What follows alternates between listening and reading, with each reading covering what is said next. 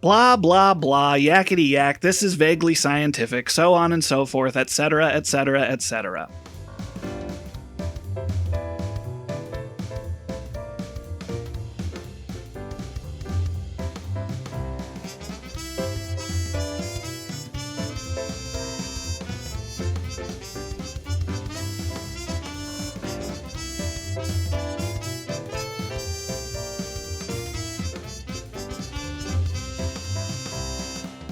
I am Derek Bada Bing Bada Boom. Joining me as always, yada yada yada. Hi, Jim.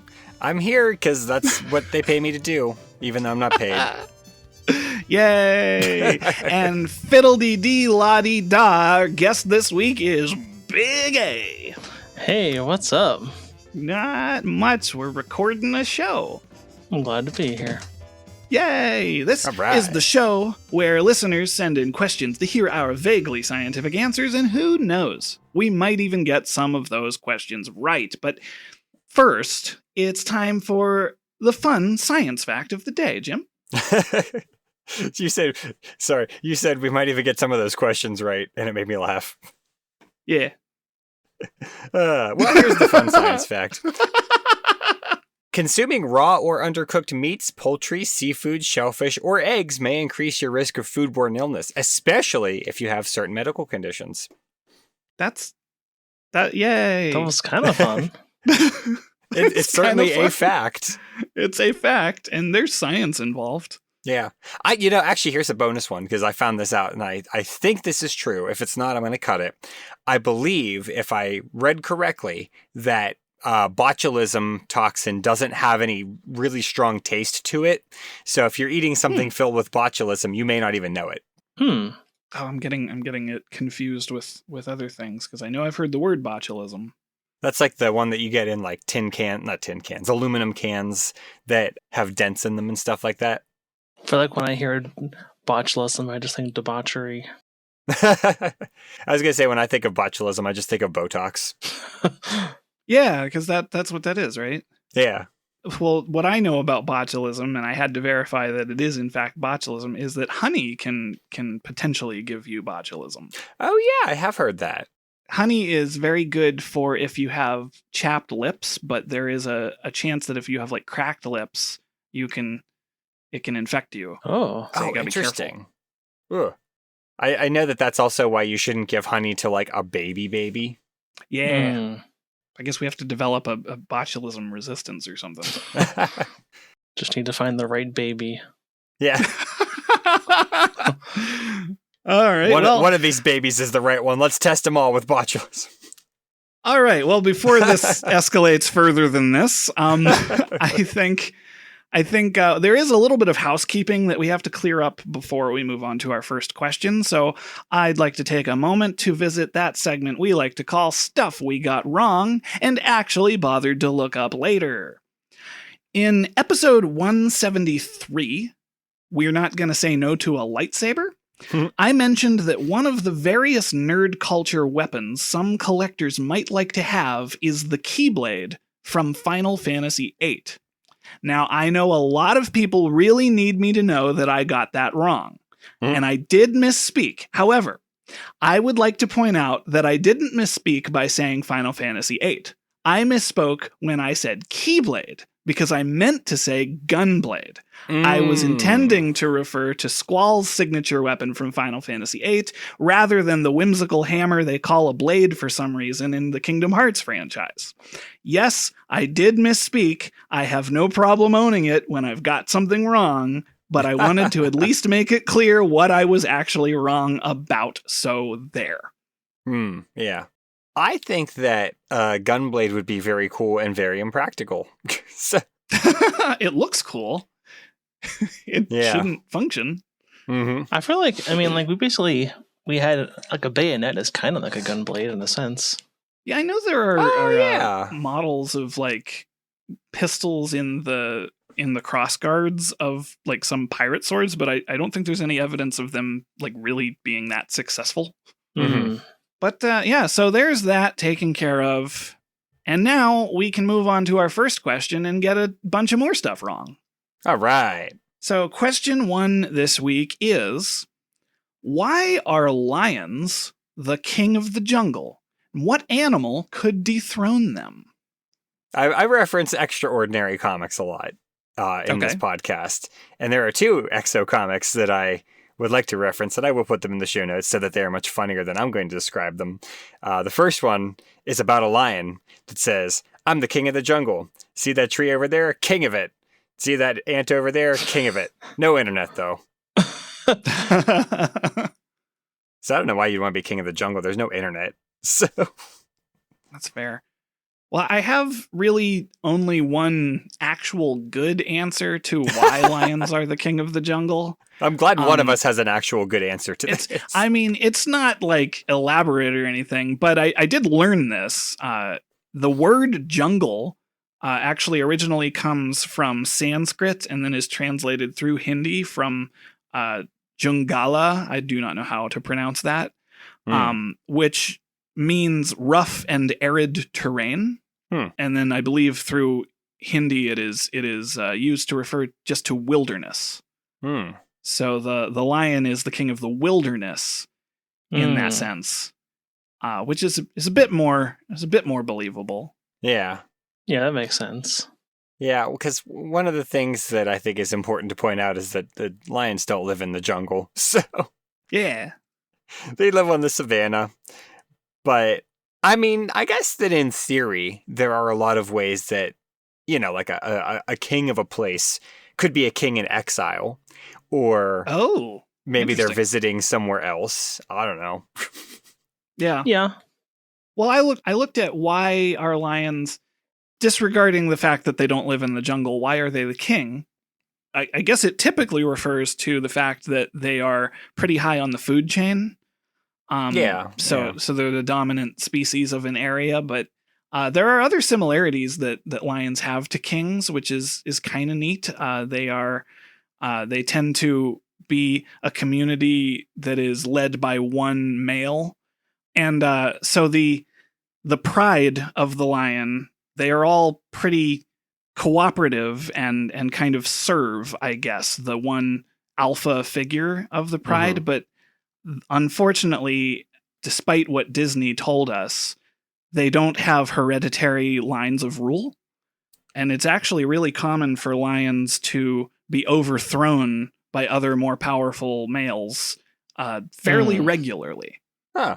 Which is still kind of like some kings have done that. So yeah. So it's very tumultuous, you're saying. Yeah. A lot of coups in the Lion Kingdom. A lot of coups. It's a very conqueror kind of culture. We're talking about lions, not chickens, Jim. Come on. Oh, that's good. I think that as far as the animals that could replace a lion, I think that right up there at the very top is humans, because humans are really the only species on the planet that have a hereditary royal system.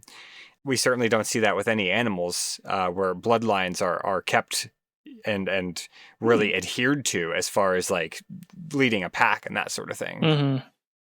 That's interesting. I'm not like surprised to hear that, but I didn't think about it. So that's interesting. On a similar vein, there are no other animals that establish laws and require like judiciary systems or things like that. So I feel like there really isn't a ruling situation in the jungle. It's just anarchy out there. Sure. Well, if that's the definition of king you're going with, which it's not, which for the bit, I will go with it. So. No, but I like it. You're absolutely right that they're only humans. King is a human construct. Mm-hmm. Earlier, when you were talking about like the king being separate, I mean, I kind of want to go back to that for a sec, because I feel like certainly in like feudal times, I feel like it was usually kind of a thing where the king is just kind of in a far off place and you're just kind of like farming by yourself, and like every once in a while you might interact with a tax collector.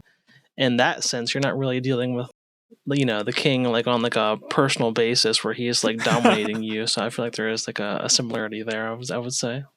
Yeah, well, that's a good point. So like the jungle has actually just been officially under the domain of the lion, and they let it They let it take care of itself while they live off in Martha's Vineyard. They just go back for their Yeah. tribute now and then, as what I'm saying. Yeah. Sure. Yeah. Right. Yeah, Yeah. that makes sense. It's becoming very Roman Empire-esque. You know, you have your vassal states and you have your collectors of tribute and things like that. So maybe lions are more like emperors than kings, although I really Ooh. couldn't tell you what the delineation on that is, to be honest with you. The emperor of the jungle. Yeah. It sounds more official, but I feel like it's roughly the same thing. See, now I'm wondering, like, if lions had like their own coliseum, what do like their prisoners fight? Because it can't be lions. It's gonna be like Can't I be don't know, like, hippos or something. or like hyenas, maybe. Oh, yeah. Like the Lion Hippo, King. I don't want to fight a hippo. I've gone on record of saying that I never want to fight a hippo. I don't really want to fight anything larger than my fist. Like, I think that a well-placed robin could take me out, so... All right, well, I want to give a real answer, I suppose, though I don't know what constitutes real, because I genuinely believe everything we've said was a valid interpretation of the question. I thought you were just going to say, I genuinely believe everything we said. Well, I don't know, to some degree. No, but so assuming we look at the metaphorical definition, a king of the jungle is the dominant species in the land, right? Mm-hmm. So I think even a contender against lions, even if lions did live in the jungle, would be tigers. Yeah. Tigers actually do live in the jungle and are typically bigger than lions, but they don't have the royal looking mane, which is another contributing factor to the whole aesthetic. Mm-hmm. Also, I feel like while they are certainly as powerful, and I'm sure they could one or the other could kill each other, I feel like lions are more they're more open and that they're not like as secretive as tigers. Or I feel like a tiger feels more like it's I don't know, your knight or something that you kind of send out to go do your dirty business. Yeah. It's interesting. I mean, the other thing is, though, is that a lot of those knights and viziers and things like that, they often stage coups of their own. True. That's true. That is very true. That's true. I was thinking of Lancelot. I think he tried to, like, usurp Arthur, right? Or did he just steal his girl? He just fell in love with Guinevere and then tried not to usurp the throne specifically. Mm-hmm. Lancelot was trying to be loyal to Arthur, but fate was acting. This is off topic completely, and my literature degree is getting in the way here.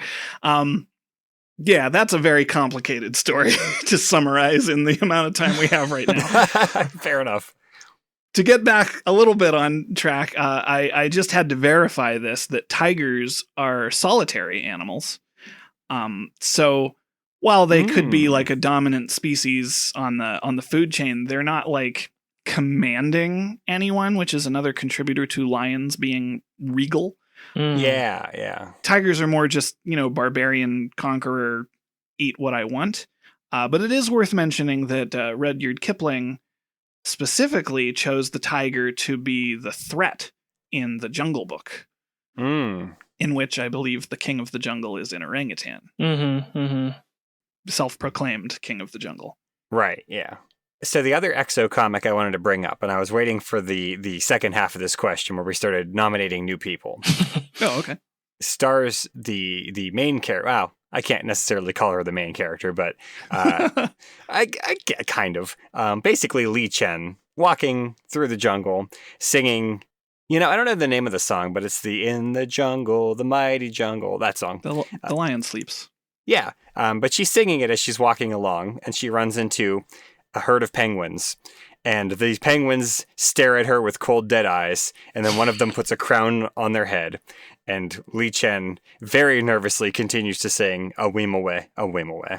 And so I posit maybe the penguin. Like, if you got 30 penguins, could they kill one lion? I don't know. Probably not.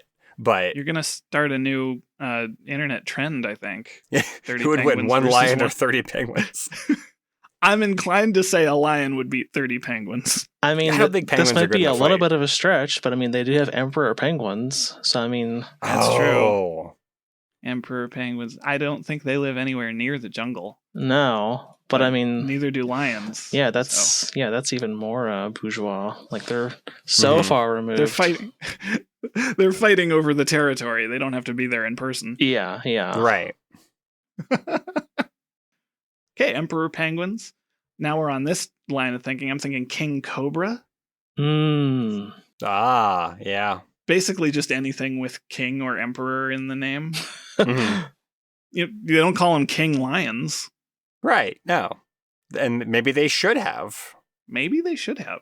The one that I was thinking about whenever we were first thinking about the question too, I've never actually witnessed this, but I feel like I hear people talk all the time about the terror of the hippopotamus and just how the hippopotamus can just charge you and dominate you.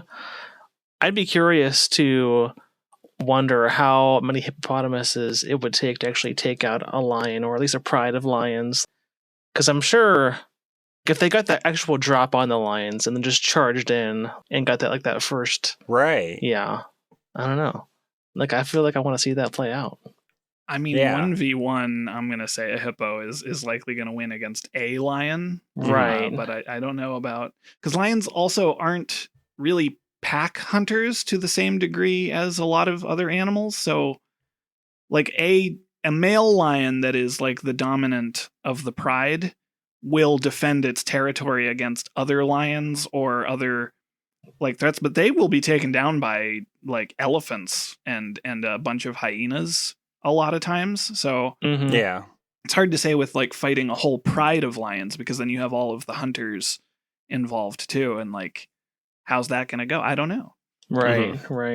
I think that for the sake of argument, we might have to go 1v1 because otherwise it's going to turn into the 30 penguins versus the lions situation. Yeah. But well, I think you're right that because a single lion would fight another lion to become the alpha. Right. Yeah. So, but I think hippopotamus is a strong answer. I do not want to be in the same zip code as a hippo. Well, they're also very territorial. That's another thing that makes lions similar to royalty, is they are territorial. And hippos are very territorial. Right. That's a good point. I hadn't even thought of that, but I was just looking up ways in which lions are similar to kings. Oh, that's another really good point, that there are some other large cats that do live in the jungle. And I think that because they live in the jungle, so I'm looking specifically at jaguars and leopards. Okay. And because they live in the jungle, I feel like they have a home turf advantage over the lions. And like 1v1, the cat that knows how to get up in a tree and pounce on people, I think is going to win. Well, I was, as soon as you said that, my immediate thought was, if we put a lion in like the thick of a jungle, like the typical what you picture when you picture jungle, there's not a lot of open space for them to run around without getting like trapped. And a lot of jungle cats do know how to navigate trees, so you're absolutely right there. So if King Lion has to go into the jungle colonies to assert its dominance, the revolution is going to have a good time there. Yeah. Just guerrilla warfare, basically. Yeah. Well, I don't know if they're getting the gorillas involved. Oh, see. That was good. Yeah, I had to. I mean, I'm glad you brought that up because I did write down chimpanzee. Oh, okay. Yeah. Because not only are they pretty smart, but they are also very prone to having wars with each other. There was a really big chimpanzee war that we have documented proof of back in the 70s, I think. Wait, what? Oh. So, yeah, there were these two warring groups of chimpanzees, and I guess they like did a lot of really mean things to each other, like murder and stuff. Wow. Was it like from like two different tribes or like two different areas or like? Yeah, pretty much it was like they controlled two different territories in the forest, and I can't remember if we even know like one of them wanted the other territory or like what was the deal. There was probably a lot of research on this that I just don't know, but it was really interesting. And I think that like a tribe of chimpanzees could probably get the job done if it was like open warfare type thing, as opposed to like a 1v1. Like if this was an armed rebellion, and by armed I mean they might have sticks. They might have sticks. Well, I was gonna ask, did the chimpanzees use sticks? Boy, I gotta look this up now. When we first brought up gorilla, because you had already mentioned jaguar, sorry. So okay. I just got excited. The Gombe Chimpanzee War, also known as the 4-Year War. Whoa. From 1974 to 1978. Jane Goodall noticed the community splintering. This is just off of Wikipedia, but there are a lot of cited sources here, so I'm sure it's probably pretty accurate. So over the span of 8 months, a large party of chimpanzees separated themselves. During the 4-year conflict, all males of the Kahama community were killed, effectively disbanding the community. Interesting. I want to know if there were, like, weapons involved. Yeah. I feel like there probably weren't, like, proper weapons, but I could imagine they were throwing rocks and sticks and stuff. I don't know. I've never seen chimpanzees fight. I mean, I know they definitely throw something else, but it'd be a little... I don't think that'll kill someone, though, is the thing. No, I doubt it. But biological warfare, like, how advanced are they getting? Right, yeah. Definitely going to annoy them, I'll tell you that. Maybe that's what started the war. Man. Oh, wow, that's interesting. So, one of the males had polio and died as a result of injuries in polio. So, interesting. Are you sure these were chimpanzees? And yeah. They weren't just people? No, these were chimpanzees. Okay. We're sure this wasn't the French army during the First World War? They just crossed the articles. I don't see anything specific about weapons in this, but it's it's like 3 paragraphs. So sure. Like a 3-paragraph summary of a 4-year war, apparently. So, but man, I don't think I would want to cross a chimpanzee. I can't think of a good reason to. Oh, this is interesting. So also Jane Goodall was like kind of surprised by this because she thought that chimpanzees were pretty chill. And, oh boy, I think I'm done reading this. It's getting pretty grim. Let's talk about a different animal now. Talk about a different animal. Well, I wanted to go back to when we first brought up gorillas because you mentioned jaguars as well, and I didn't think I was going to be talking about a second Disney movie today, but Tarzan clearly shows that gorillas have the ability to grind on treetop vines, but a jaguar is a threat to even the strongest of the gorilla tribe.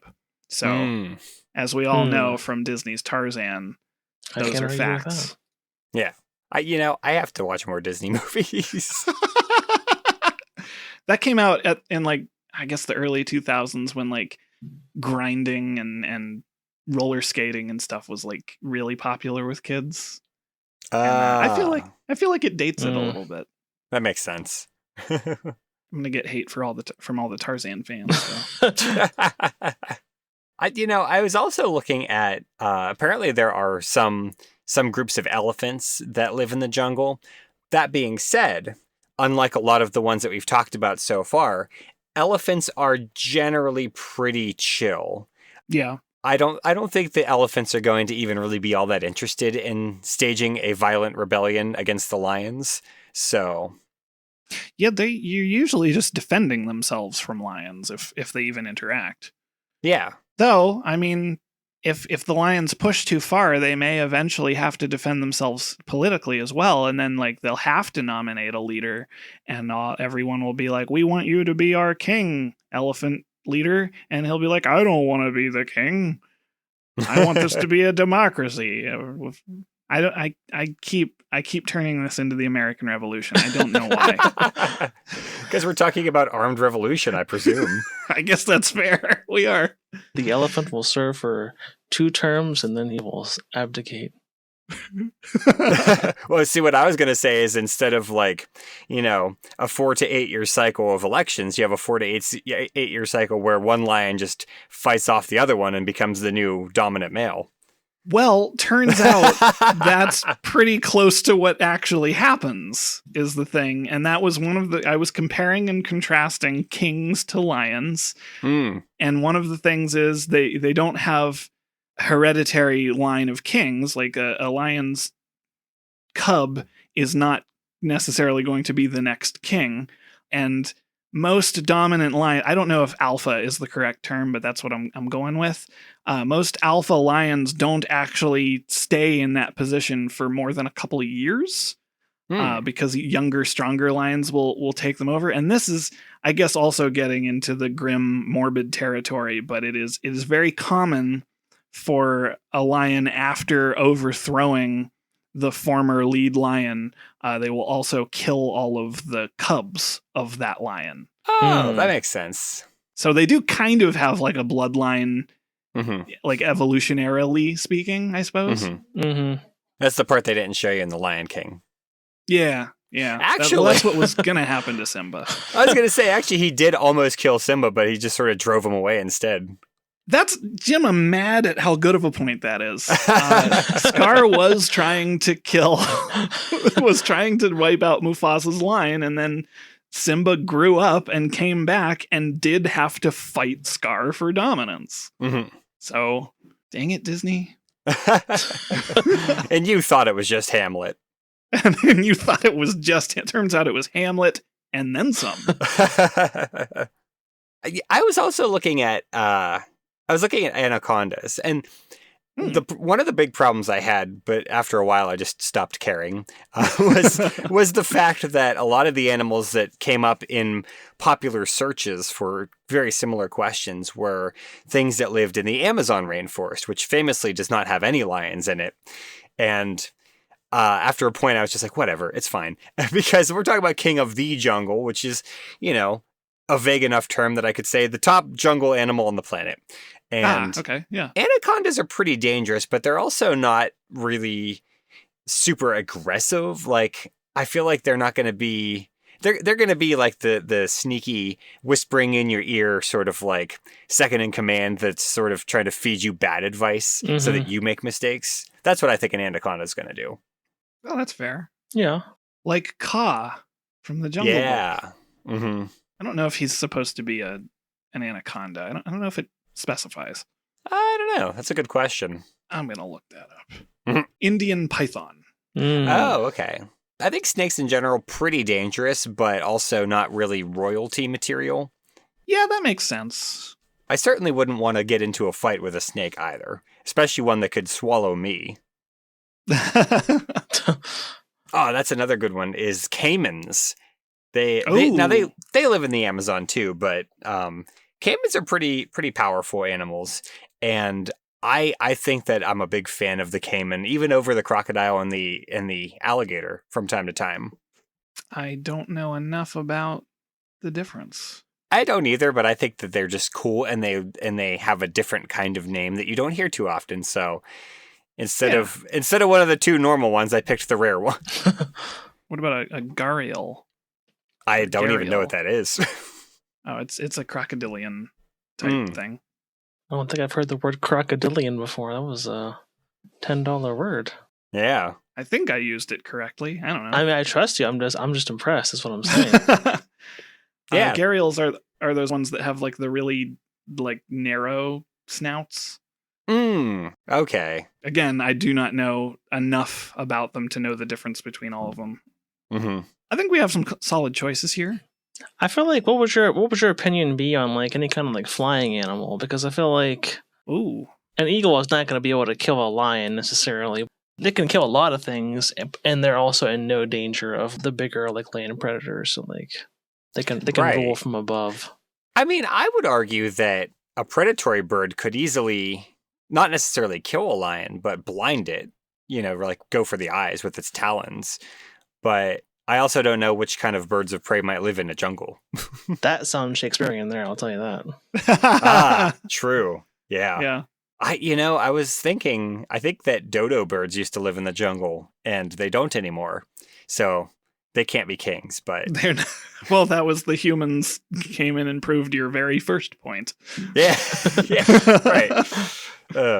which I think honestly we may have just like started with the actual answer. And, humans. Yep, that's it. Yeah. All right. Well, with question 1 in the can, we actually have a brand new middle segment that is called Why Is It Called That? In this middle segment, we like to tackle why certain things are named what they are, typically named after people, but there might be some surprises as we do some research into other cool named things. And today, I want to talk a little bit about what's called the Enhanced Fujita Scale. Now, the Enhanced Fujita Scale is the scale that we use to rate tornadoes. It is not strictly a measurement of how strong a tornado's winds are, since measuring a tornado's actual wind speed is nearly impossible. Instead, the scale uses damage indicators to build a picture of how intense the tornado was throughout its path.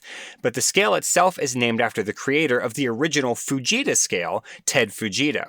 And Fujita had spent a great deal of time researching severe weather, particularly winds. Working with Alan Pearson from the National Severe Storms Forecast Center, he created a scale that used the damage that a tornado caused to estimate its strength. This scale was rolled out in 1971, and many past tornadoes prior to this were retroactively assigned a rating.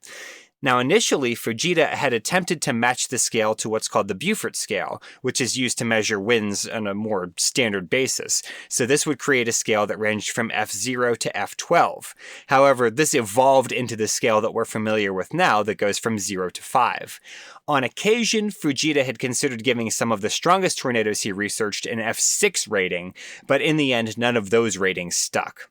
Over the years, Fujita and some other scientists began to better understand the types of damage that different wind speeds are capable of doing. That's why in 2007, the United States switched over to the Enhanced Fujita scale, with Canada following suit. While many countries around the world still use the original Fujita scale to rate tornadoes, the US and Canada are the only two that use the Enhanced Fujita scale at this time. Now, Ted Fujita is probably most famous for his tornado scale, but he did a lot of other work as well. He was able to help scientists differentiate between rotating tornadic winds and intense straight-line winds like those found in a derecho. He was also the first to coin the term microburst for very small, extremely destructive downdrafts that can cause as much damage as a tornado does. And thanks to Fujita's work, we have a much deeper understanding of how severe weather systems actually function, inside and out. I like the theory that at one point there was a tornado and somebody came up to Ted Fujita and they were like, "Fujita, what does Buford say about its power level?"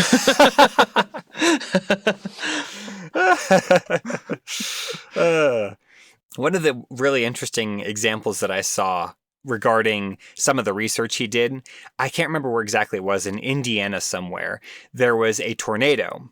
And they thought, oh, there was a tornado here in this town, and then a few miles up the road, there was another tornado.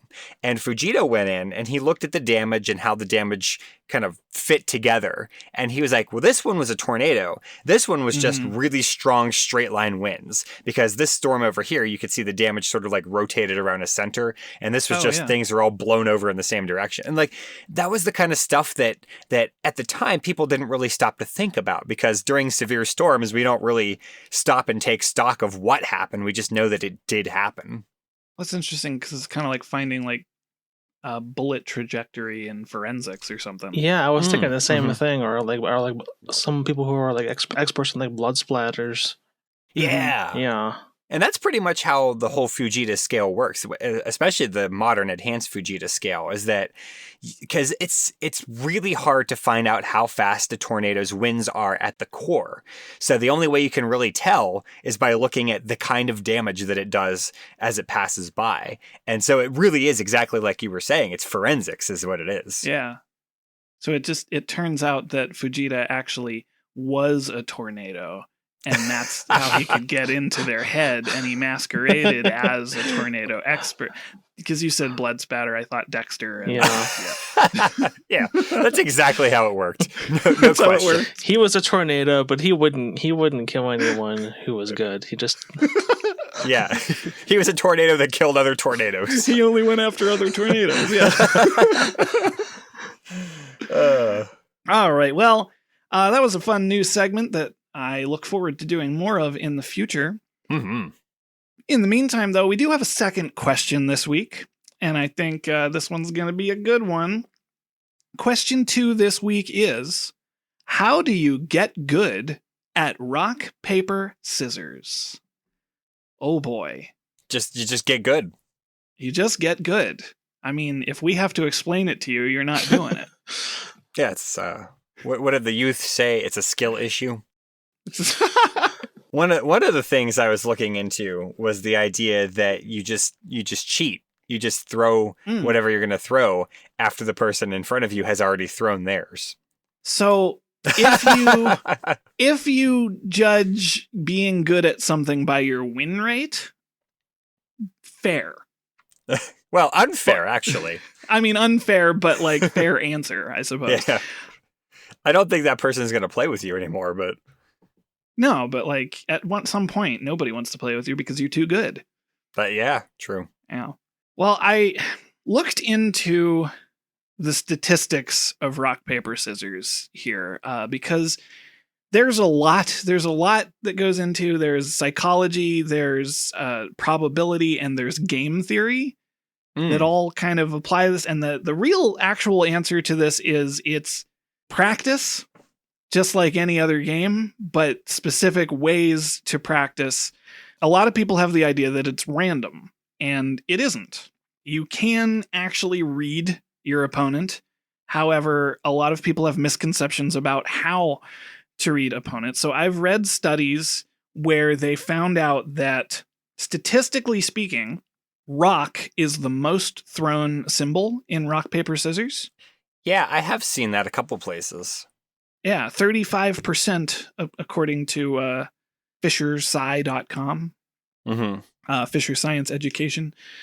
Underneath that is paper at 29%, and underneath that is scissors at 26%. And there's no real evidence for this, but I have heard a lot of people claim that the theory, or the hypothesis, we'll say, the hypothesis behind why rock is thrown more often is that people have a subconscious bias that rock, like the word rock or the physical object of a rock, just seems stronger than the other two, even though the game is designed so that they all have a 1/3 chance of winning. Right. Yeah, there was actually another explanation I saw for this, and that is that your hand is already rock shaped when you're doing like the 1, 2, 3. Oh, Yeah, that's kind of what I was thinking too. But I also saw what you read as well, where people just sort of misconstrue rock as being the powerful one, even though it's equal odds that you're going to win or lose. Well, there is a scene in The Simpsons where Lisa and Bart have to play rock, paper, scissors, and we have a brief look into their thoughts, and we hear what they're thinking, and you hear Lisa's voice saying, "Good old predictable Bart always picks rock," and then it pans over to Bart. And you hear him say, "Good old rock. Nothing beats that." Using those statistics, there's another aspect of looking at the psychology of people, and this is based on studying a lot of people, a lot of games of rock, paper, scissors, and seeing how people react. So this is still probability, but it is statistically more likely that if you're playing multiple rounds of rock, paper, scissors, more often than not, if somebody wins in the second game that they play, they will throw the same thing that they threw. And if they tie or lose, statistically, they will change. And that goes further to suggest that usually, I won't even say usually, because we're talking percentages of still in the 30s, but still higher than other percentages. It is more common for people to, like, if I throw rock, the next thing I throw will be the next thing in the cycle rock, paper, scissors. So if I threw rock and tied, statistically you might predict that I'm going to then throw paper. Using that metric, the best statistical strategy, and I'll get to why this is a problem, is to always throw, if you're playing multiple games, in the second game, go in the opposite order. So scissors, paper, rock. So if I threw rock, I should throw scissors in the second game based on what the other player is likely to do. Now, The reason that strategy just flat out doesn't work is because that's assuming pure strategy, which is assuming like a computer is always going to do the same predictable thing. But as we've already discussed, there are multiple possible explanations that people might have a bias for rock or for scissors. I myself have heard many people say, I know most people play rock, so I always throw paper. Well, now I know that person always throws paper. Yeah. So that's where the psychology comes into. If you want to be good at rock, paper, scissors, you need to be really open to not really focusing on your own strategy, but getting really good at paying attention to the mindset of who you're playing against. Right, because you can't really strategize rock, paper, scissors. You just have to get into the head of your opponent, basically. Yeah. Well, I feel like that is strategy, though. Yeah. True. It's not pure strategy. Sure. I would be curious. I never really watched a lot of this back in the day, but obviously there was a time when World Series of Poker was like hugely popular. And I would be curious to see like if someone who was like an expert like poker player, good at like reads and things like that, if they would have an edge in rock, paper, scissors. Oh, I can see their tell. They're smirking this way. They're about to throw up scissors. Did either of you ever see that? It was like pseudo anime. I think it was a big demonstration of AI animation, but it was from like years ago. But it's like an anime of rock, paper, scissors.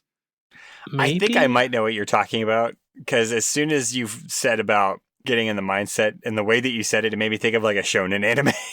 I mean, yeah, they do it in this. It's like a rock, paper, scissors competition, and they play one round of rock, paper, scissors, but the whole thing is like going back and forth between these people being like, I know he's going to throw this, but what if he's trying to psych me? And then it goes into like their backstory and how they trained with rock, paper, scissors masters and stuff. And it was pretty funny. I love shonen anime, or at least I love the premises of shonen anime. That's a good way of putting it. Yeah. I like when they're really silly. But yeah. So, well, another thing that I think was really interesting. So I actually read a pretty lengthy write-up about this idea on Board Game Geek. Okay. And I know it's not a board game, but this guy seemed to know what he was talking about. So one of the things that the poster had pointed out was that novice players tend to throw rock first, as we had said. But because players who kind of know what they're doing tend to throw paper as a result of that, then if you're playing against someone who plays a lot of rock, paper, scissors, you might be better off throwing scissors first. But again, this all just sort of relies on the fact that these are statistical averages and a human is really unpredictable. So yeah, and that's I didn't have a lot to say about this, but the fact that it's statistical averages, I mean, that factors into why counting cards in blackjack works, because it doesn't give you really a huge mathematical edge, but the idea is you are going to play over the course of hundreds of games, and so by the end result, your win rate will be higher. And I was trying to think through how that relates to rock, paper, scissors. And I was thinking, if you play like 100 games using one of the strategies we listed, it is possible that your win rate will be higher, but blackjack is basically pre-programmed. Like the dealer is following rules and there's no decision making involved with your opponent. Whereas in rock, paper, scissors, it is entirely your opponent's decision making. I feel like I want to see a casino in Las Vegas have like a rock, paper, scissors table. I'd be down for it. Well, another thing that I wrote down, I felt like excluding this for the first half of this conversation so that we didn't get off track too early. But there are a lot of strategies that children come up with to get good at rock, paper, scissors, and they are often by the addition of new plays, such as gun or bomb or snake. Oh, yeah.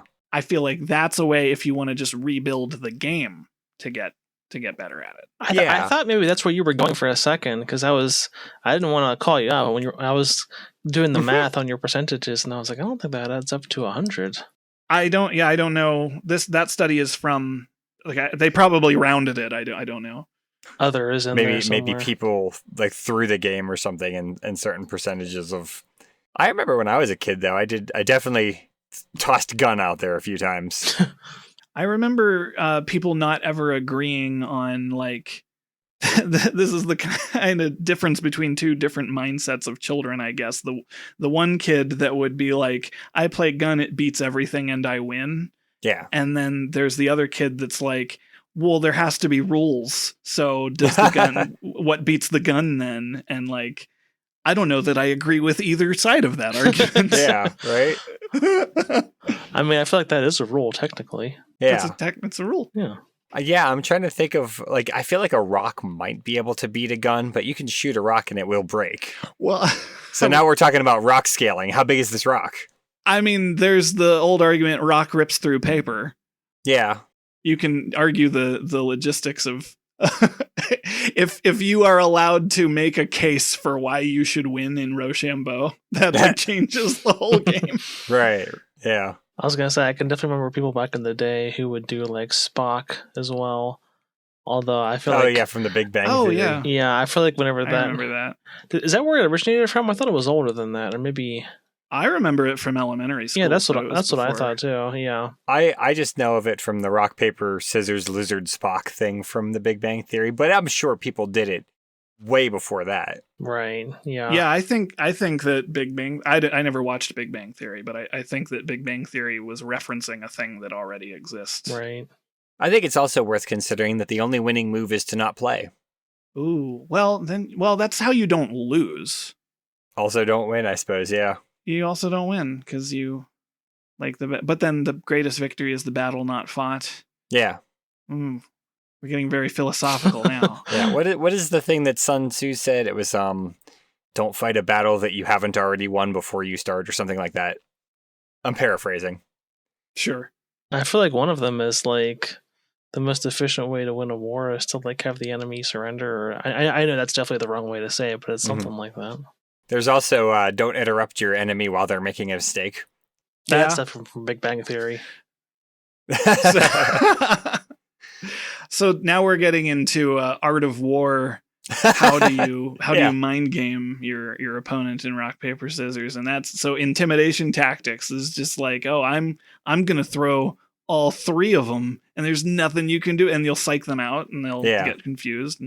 Now I was thinking of a different direction too. Like you always see these specials on TV, and I have no idea how legitimate they are, but like you've seen these things where it's a guy like hypnotizing people or like giving them subliminal like messaging to get them to like do something. Like I would be curious to see that guy playing rock paper scissors too. Like could you manipulate someone and not through like fear but like through messaging to like get them to play like the sign you wanted them to and like beat them that way? Like I bet someone could do that.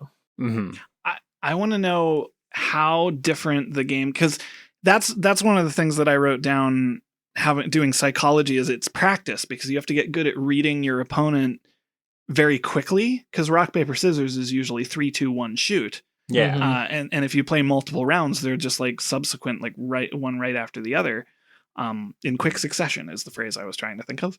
And how would that be different if it was like one round of rock paper scissors, but you get to sit there and like try to predict and psych your opponent out before you both reveal?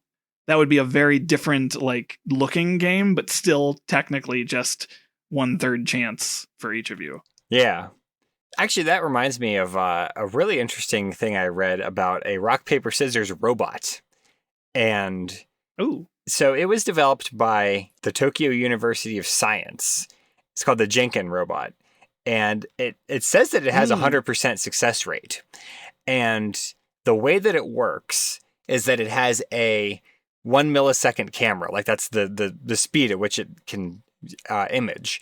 And it is able to see as soon as you start to throw, it's able to basically counter that, because it can see before you even really move all that much what you're going to be throwing. Because there's, subtle differences between paper and scissors and rock that the camera can pick up on. So it's in a way, I think it's sort of like cheating because it's looking at your hand and like countering that throw. But it happens so fast that it's seamless. Like you wouldn't even know it if no one told you. You might think that it's like reading your body language or something like that, because it is really fast. I was watching videos of this thing just like throwing, and people would cycle through the 3 different hand motions, and it would just counter them as they're like changing their hands in real time. It was really wild. That's really cool. That's getting back to your first suggestion of cheating. Yeah. Because I've definitely seen people who will basically throw rock, and then when they see that you've done paper, they'll stick out their index and middle finger, and it's like, you think you're getting away with that? Mm-hmm. And sometimes they can get away with it. So. Yeah. What you got to do is you got to stare the opponent dead in the eye the entire time and not break eye contact until about 3 seconds after you've thrown. And that'll really scare them. That'll put the fear into them. I mean, that is to play the game in good faith. I mean, you're supposed to commit to the thing you're going to throw before revealing. So if you're not looking at what your opponent has thrown until after they're both already out there, that is the way the game is meant to be played, as I understand it. Mm-hmm. I think it'd be really interesting to play the game without using your hand. Like, my idea would be like a little, I don't know, a toy, or like my brain initially went to 3D printed component. Oh, and you pick one of them and put them in your hand, hold your hand out, and then reveal it. In much the same way you do in a lot of board games where you have like components that you have to reveal over the course of an action. And I wonder how that would change the game if you put the piece in your hand, hold your hand out, and then reveal it simultaneously. Well, the first thing I thought that you were going to say reminded me of, there are rock, paper, scissors dice. Oh, interesting. That's not really the direction you went, though. And it kind of made me think, expanding on that idea a little bit, there is a board game I'm familiar with called Colt Express, I think is what it's called. And I think there are other games that are essentially the same thing. This game is themed around, you are a bunch of people in the Wild West robbing a train. The way it mechanically works is you are positioned on this train, and you have to plan, I'm going to move, or I'm going to shoot my gun, or I'm going to pick up loot. There's various other things, but you plan everything you're going to do in sequence of like 5 moves or something. I could be wrong about the specifics. And then all the players reveal in order, but you're not allowed to change what you did.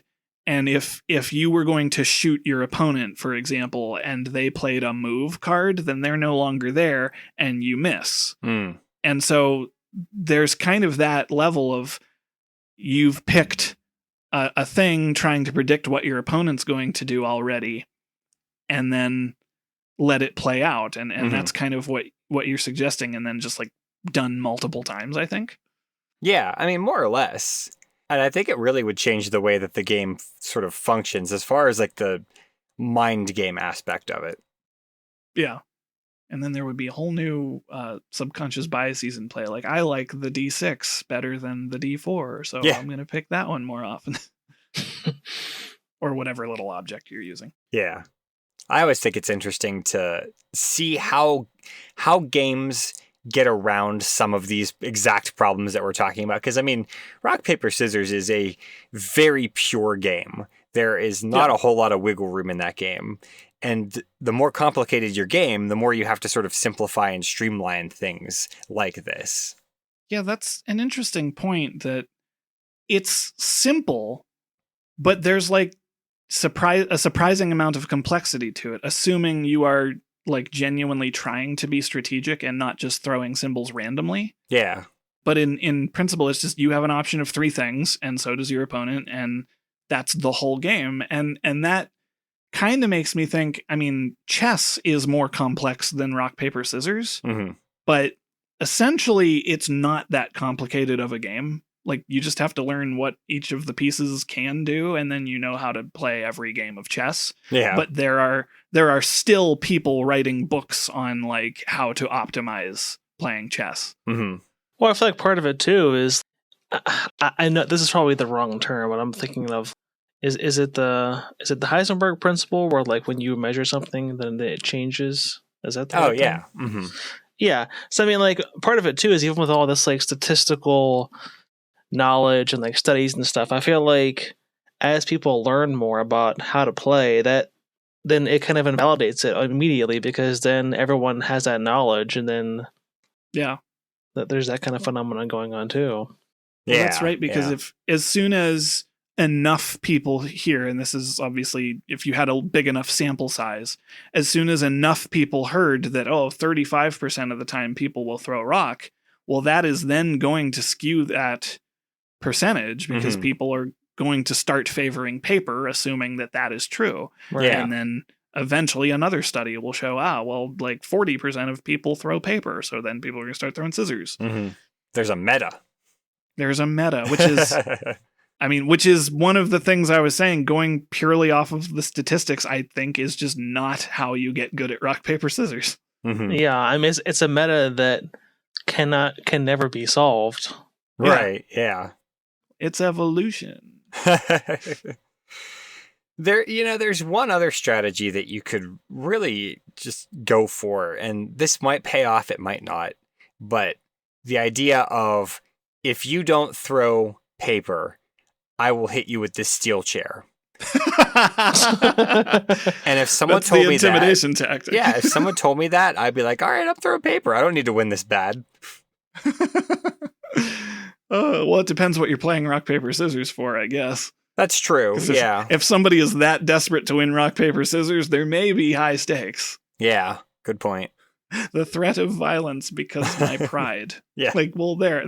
Yeah, I'll let you win. Go ahead. I was going to say, it reminds me too, this is now getting maybe slightly off topic, but one of the videos on YouTube that I've always really appreciated, have you ever seen the one where it goes into, of the major professional sports, like which ones are more random and which ones are more like skill based? And it kind of goes through like hockey and basketball and football. It's interesting. And it basically, the whole premise of the video is that certain sports, it's always going to tend to have the most skilled players winning, versus other sports, similar to like rock, paper, scissors. It's always going to be difficult for someone to truly dominate, because there's just too much. There's too many factors to in play.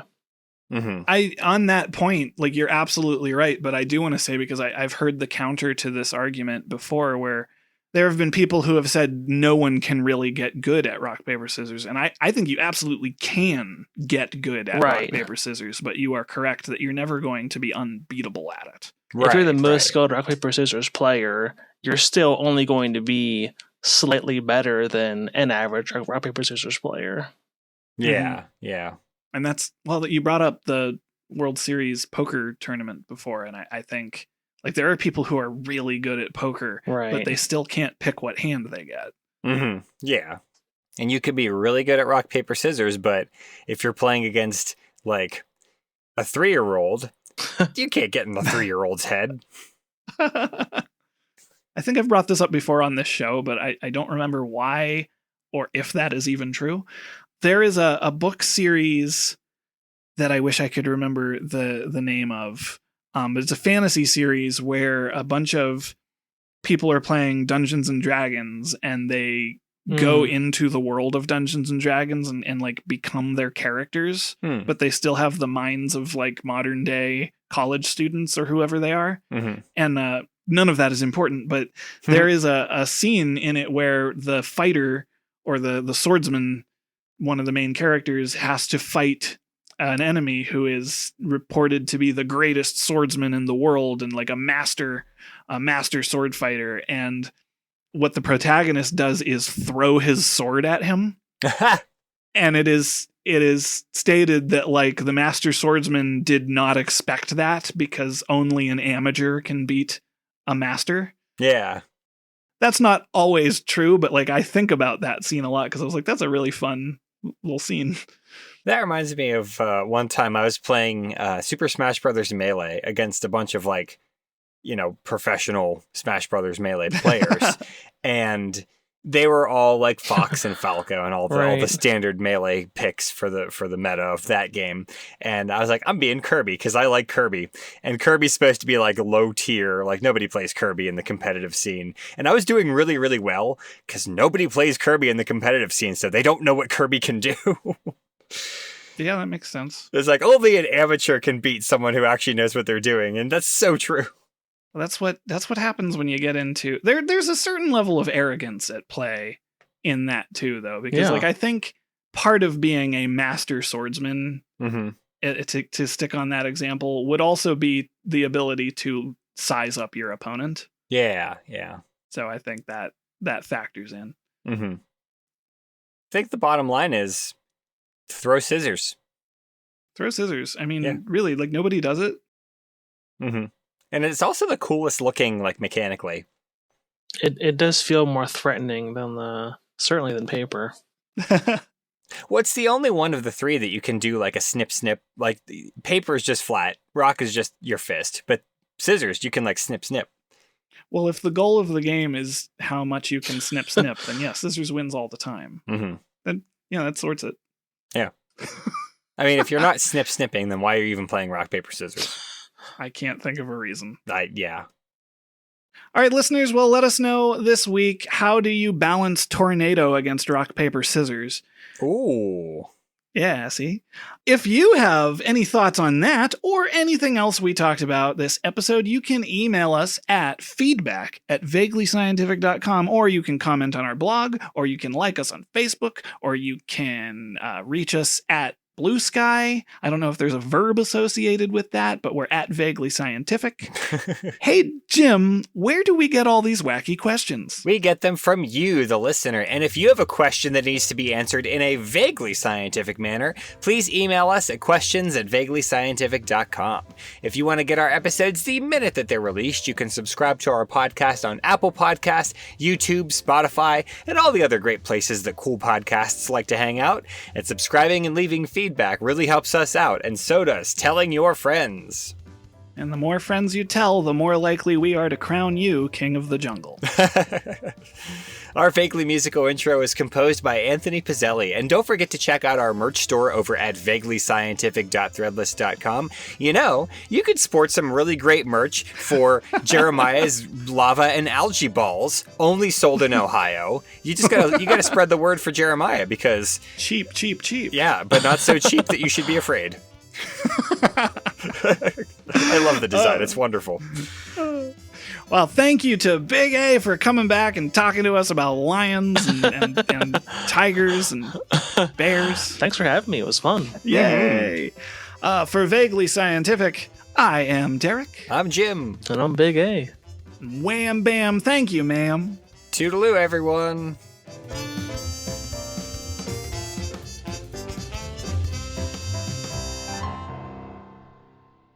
And then Jim's going to do a fun science fact of the day, which I'm gonna say isn't a fun fact this time, Jim. But I think it's an important thing for people to know. important and fun are not synonymous. I think it's pretty fun. Okay. The fun is in the goof. The fun is in the goof.